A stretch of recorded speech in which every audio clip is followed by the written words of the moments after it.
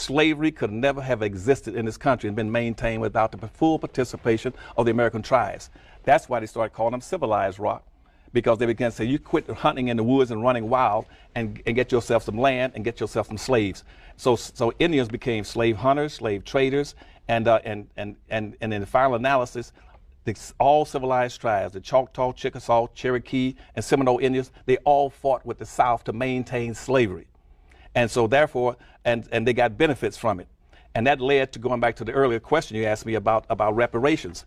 And even after the Civil War ended, the Choctaw and Chickasaw were still holding about 12 or 15,000 slaves even after the Civil War ended. The United States government sent in troops saying, you got to get rid of this slavery and set black folk free. And they set up what's called the 1866 Indian Treaties with these 5 civilized tribes, which says that black people in this country must not only turn them loose, they must get benefits. They must get forms of reparations, going back to your earlier question.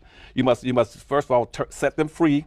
2, you must give them an option, and this is for all black freedmen and all blacks who lived in the Indian Territory and all black Indians. You must set them free, allow them to have membership in the tribe. You must give them, let them have access to all the resources on the reservation. You must let them also be tax exempt. You must let them have free education. You must also let them be able to give them $150 in cash. You must give them 160 acres of land. And in present day times, those black Indians under the 1866 treaty should be getting, they could also hold gambling casinos. Now, this country has never carried out the full mandates, but yet we are still honoring it for Indians. Right now, all the benefits that Indians are getting in this country are getting it from the 1866 Indian Treaty, because they took up arms against the United States in the Civil War. They wiped out all previous treaties. Now, every year in the White House, we get about 560-some white Indian chiefs, which in history they call $5 Indians, because 90% of the people calling themselves Indians nowadays are not really Indians. Those are whites passing as Indians, because they paid $5 to the Dawes Commission to get their name on the Dawes roll so they can get all these advantages.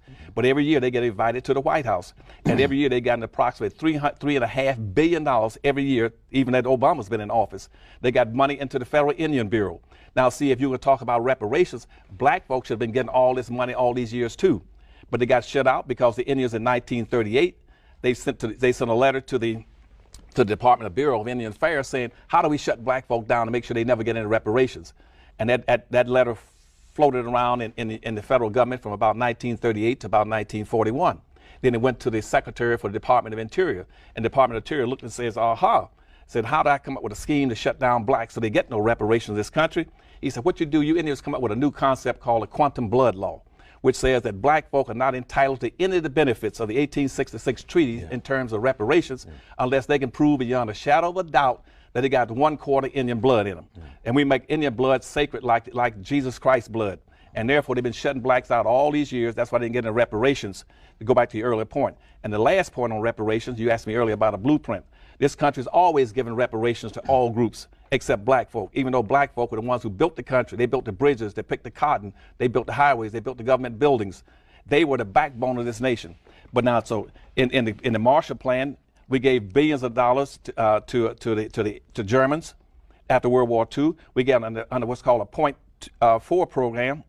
We gave reparations to Japanese. We gave reparations to American Indians. We gave reparations to everybody but black folk.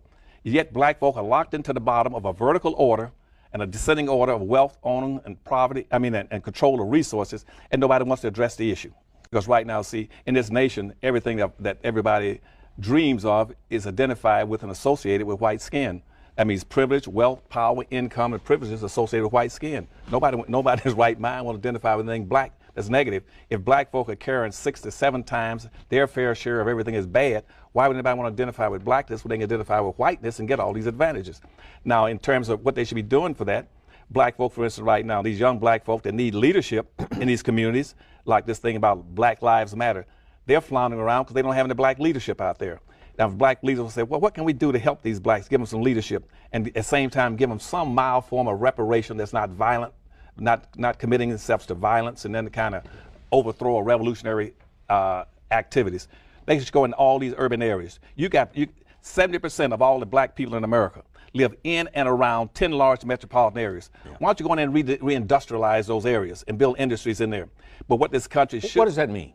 That means that